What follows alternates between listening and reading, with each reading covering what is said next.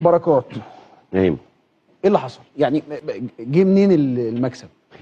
طيب يعني طبعا في البدايه بنبارك للنادي الاهلي، بارك لجمهور النادي الاهلي. طبعا هارد لك شيكا، هارد لك نادي الزمالك، بس انا عايز اختص جمهور النادي الاهلي بصراحه في البدايه، ان الناس دي عظيمه قوي يا ابراهيم. يعني بعد اللي بيجرى على مدار الموسم، اخرته المباراه الاخيره قدام بيراميدز وزعل الجمهور وغضب الجمهور، حاجات كتير قوي، واتكلمنا وقلنا النادي الاهلي وجمهوره ما ينفعش ان ببص الاقي المدرجات فاضيه والناس فعلا ما عندهاش هزار. انا اغضب من اللعيبه، اتضايق من اللعيبه، اتضايق من الاداره، من حقكم. ولكن النهارده هم بيساندوا كيان، هم بيساندوا النادي الاهلي، ما بيساندوش لعيبه ولا مدرب ولا اي مسؤول.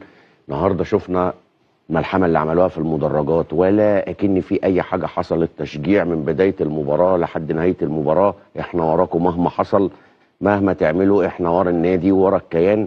فبجد بجد الواحد بيفتخر يا ابراهيم ان هو لاعب في النادي ده وقدام الجمهور ده، حتى لو كانت الجماهير ايامنا مختلفه عن الناس اللي بتحضر دلوقتي، ولكن سواء دول او دول او اللي هيجوا بعد كده واللي جم قبل كده، هو ده جمهور النادي الاهلي. فالف تحيه ليهم بصراحه بعد اللي عملوه النهارده.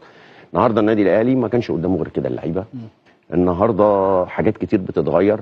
النهارده بشوف اللعيبه بتلعب بروح، بشوف اللعيبه بتقاتل على كل كوره بره يا اخي على الخط. حتى اول مره شفت رب قاعد متعصب وعمال يتنطط على فاول يتحسب عليك، على لعيب عمل لعبه غلط، على حكم حسب عليك فاول. يعني حتى الراجل تحس ان هو شغال معاك وماشي في الماتش. صحوة الموت دي كنت انت فاهم يعني صحوة الموت. ايه اللي حصل؟ يعني فاهم ايه اللي حصل؟ انت كده ميت يا عم الحاج. فالنهارده يا ابراهيم يعني انا بجد كنت اتمنى يعني النهارده روح رجعت لعيبه النادي الاهلي، كل واحد بيلعب عشان اسمه، كل واحد تحس انه بيلعب عشان النادي.